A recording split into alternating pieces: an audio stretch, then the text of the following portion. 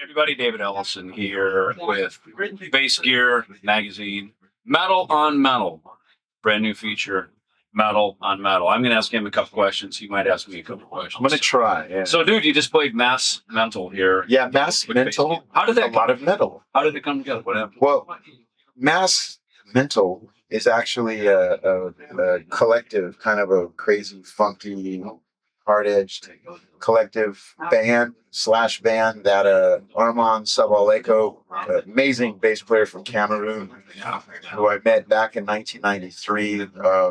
It was actually during a Dean Markley ad. They flew us up to San Jose, and the flight up, we didn't know each other. And then the flight back, we were best friends. And at the time, I think they brought a case of beer for us, and we bonded. Yeah. Right. And then soon after that, we started writing music. So a lot of the songs that we actually played tonight were songs that we had written back in the 90s. And this would have been our 6th show. So, I mean, in the course of whatever, since 1993, we've done about 6 shows. And when HP from Warwick asked me to perform at this wonderful event, I said that I would, but I'd love to do it with Armand and Benji, who's actually the singer for this project. It's a lot of fun. I mean, basically, a lot of my friends that I've recorded or written with over the years, any chance I get, it's nice to kind of reconnect with them and write. Armand and I have done stuff for soundtracks, and a couple of things we did for Mass Mental were sort of involved in the animation setting. Cool. When I joined Mass Mental, this is actually what I was doing before I joined. So when I joined Metallica, I was doing Mass Mental. Metallica. Yeah.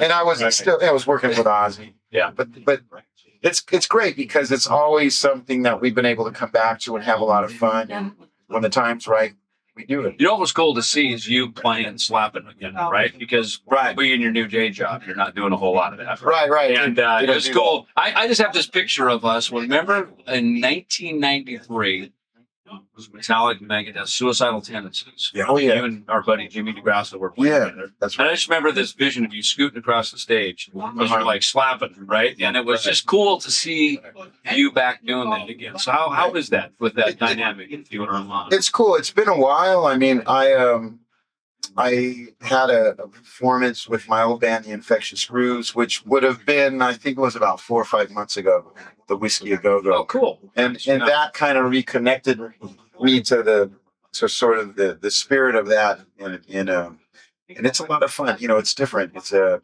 sort of a different vibe, but it's still the groove. It's like, you guys, I mean, you have that groove. Slayer has that groove. Metallica has that groove.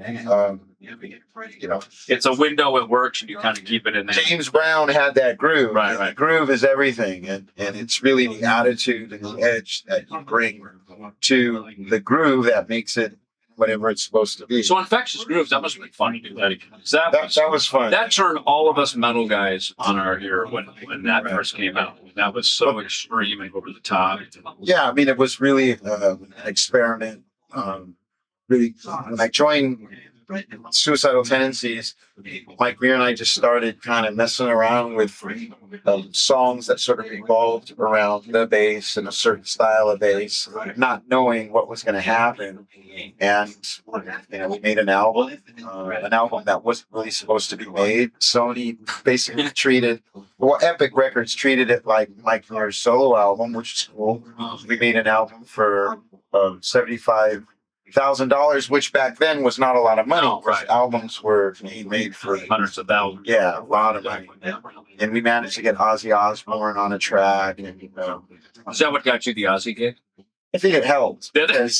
He really loved. There was a song called Therapy, and he loved the song. And note to bass players: hang out with other musicians. Yeah, and singers, definitely. Right? Yeah, right. No, I mean, we were recording basically in the same studio as Ozzy, a studio called Devonshire, which is really a great studio because Ozzy had recorded there, and a wonderful bass player who's no longer with us called Jaco Pastorius recorded with Weather Report there, and then I was a huge Earth, Wind & Fire fan. They recorded there.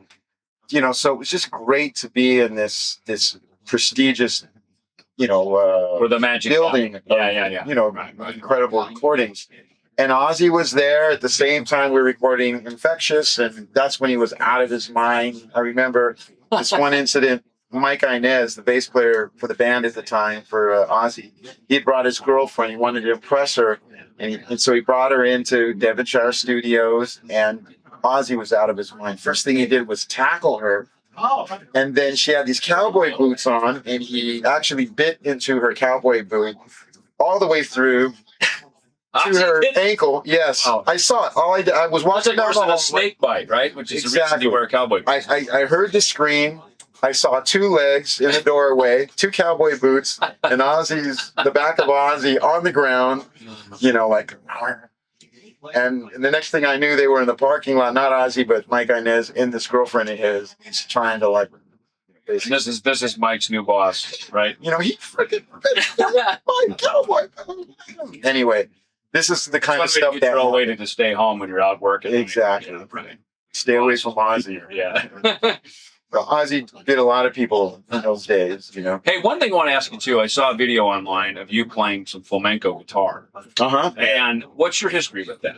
Well, flamenco was probably the first music that I may have heard as a baby because my father played flamenco.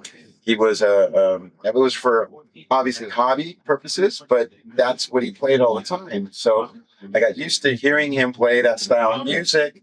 And also his finger technique, obviously, was fingers. Right. So when I picked up the acoustic guitar, I immediately started playing like that. Right. And then I realized at some point that I was gravitating towards music that was more bass driven.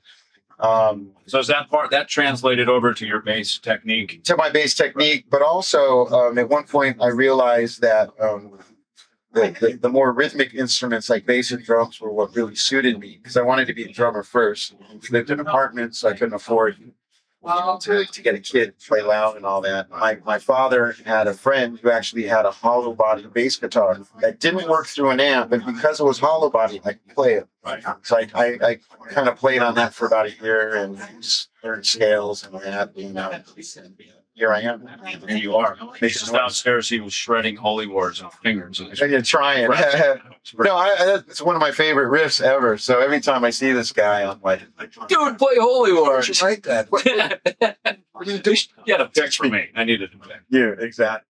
I've always been fascinated with the riffs that came out of Southern California back in the day, whether it was Hetfield or Mustaine or Kerry King or Jeff Hanneman.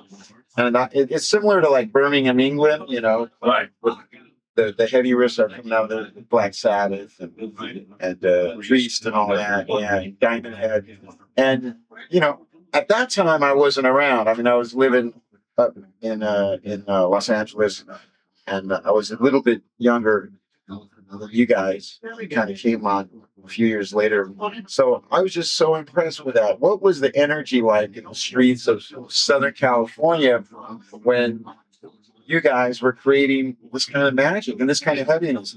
Is it the spirit of where you're from and what you experienced growing up in in the culture of the streets and the concrete jungle? Here's the thing it is, because I moved from Minnesota out to LA in 1983 with the hope that something like Megadeth would happen, and the backup plan was to go to BIT. Okay, because every parent wants to know their kid's going to go to school. That's right. I was at music school too. All right, so right, but not that school. I get there, I move into an apartment underneath Dave, and knock on his door. We buy some beer, as the story goes, right? And when I sat down with him, and he first started playing, it was a song called Megadeth, at which we changed it to Set the World Afire. And it didn't even come out to our third record. But those riffs and that spider pattern that he had, right? And which is in some of the Ride the Lightning and all these different songs, right, that he'd written back in those days.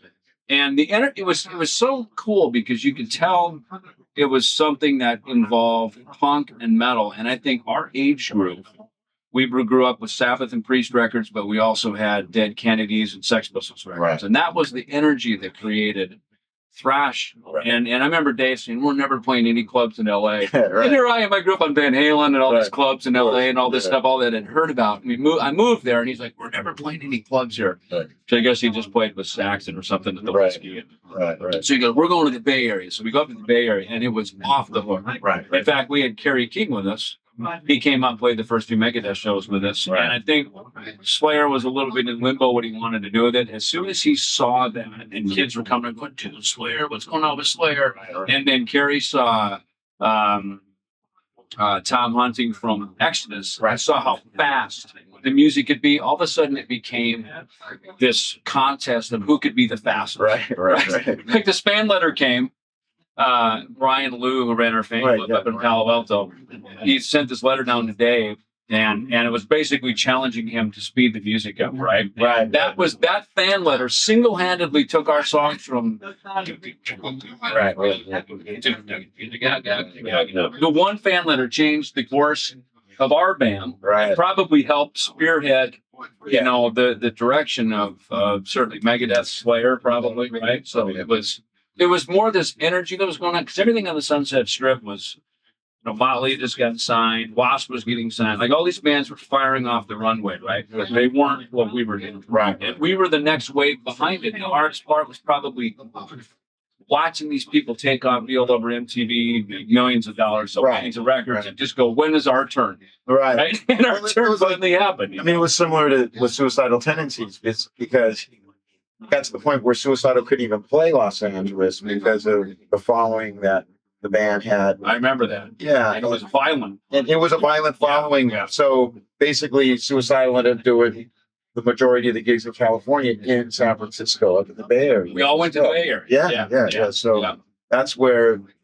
And tape trading, right? And Tape trading. And the magazines was social media before there was social That's media. right. Yeah, which We was were really cool and very organic. Yeah.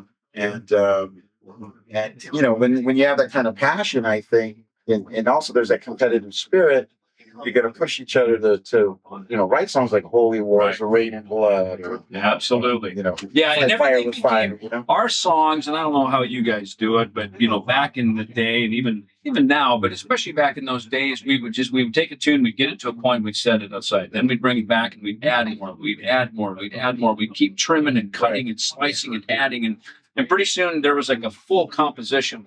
It wasn't just a song with a verse and a chorus and a solo and out, right? It was like this elaborate process to get the song.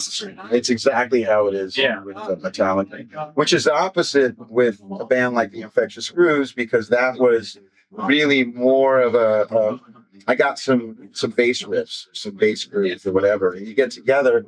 The magic that we tried to catch was actually really from the drums. Like we wanted the second take. You know what I mean? So we'd go into the rehearsal room, like say 4 days, and we'd go in for 4 hours a day, and we'd write, like say 4 songs each day. And at the end of the week, that was going to be the album. And then the next time you hear those songs was on the cassette in the studio. Oh, okay. Yeah. Almost relearning a jam. Right. Relearning the jam. Yeah, right. You would record that. But the drummers, we had a drummer called Brooks Wackerman who was phenomenal. Another drummer called Josh Fries. Right. And those kids, they were like 16 years old. You would get the energy and the impact of that take. That's how that band sort of ran with it. And then Mike would come up with the lyrics. Suicidal was more developing the song, Riffs, the process, and riffs, and then sure. the producer would get involved and create that. Suicidal was one of the first bands that had a real metal guitar kind of playing like Rocky, and especially Mike, right? There was that, especially Mike, really a much more kind of metal chunking sound with the violence. With the violence. Add the violence and you got Suicidal Tendencies over the years. But, you know, that whole thing was a movement. There's the skateboarders were really connected to that. And, you know, there was a whole scene it was like a fashion, the hat with the flipped up, you know, the boards, everything like that was part of that scene. That it wasn't just a song and about the music. It was an entire lifestyle. It was a lifestyle. I mean, I'm wearing my Dickie shorts right now and I still have a baseball cap. But, you know, I'm just a big kid. I'm going to be 50 years old, and I still When you serve. turn 50, I turned 50 in November. I turned 50 in October. So, yeah, happy birthday to us, right? Here's some like old heavy metal bass players. Still trying to be young because we are young. Right on. Awesome, Yeah. man. Well, cool, man. We're here hanging at the Warwick Bass Camp 2014. Robert Trujillo, David Ellefson, Metal on Metal. Oh, yeah.